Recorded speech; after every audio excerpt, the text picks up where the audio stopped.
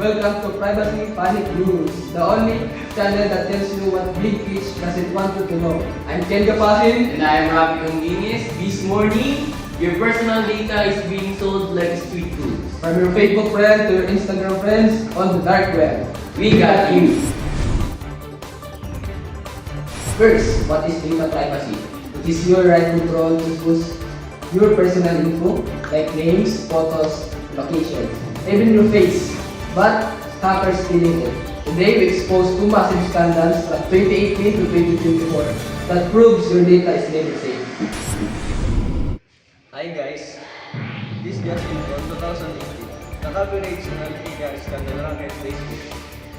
A shady quiz app reached 270,000 people, but stolen data from 87 million users.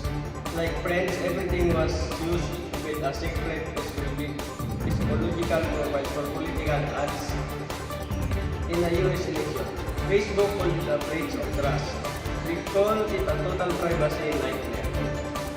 Millions never even knew their data was leaking. Back to you guys. Fast forward to 2024. Controller SSNS, National Public Data, a background check company got hacked. 2.9 billion records leaked into the dark web. That's almost every American's phone name, social security number, addresses going back decades, even dead relatives. The hackers tried to sell it for 3.5 million. This isn't just a leak. This is identity theft waiting to happen.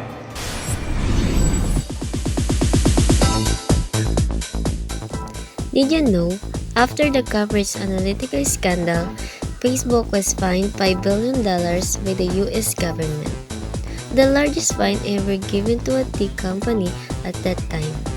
They also changed their privacy settings so that apps can no longer access your friends' data without permission. For National Public Data (SSN) leak, did you know, after the 2024 National Public Data breach, the company talked weeks before they even admitted the hack happened.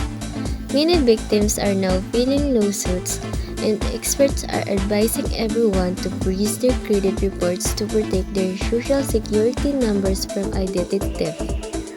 That's all. Back to you guys.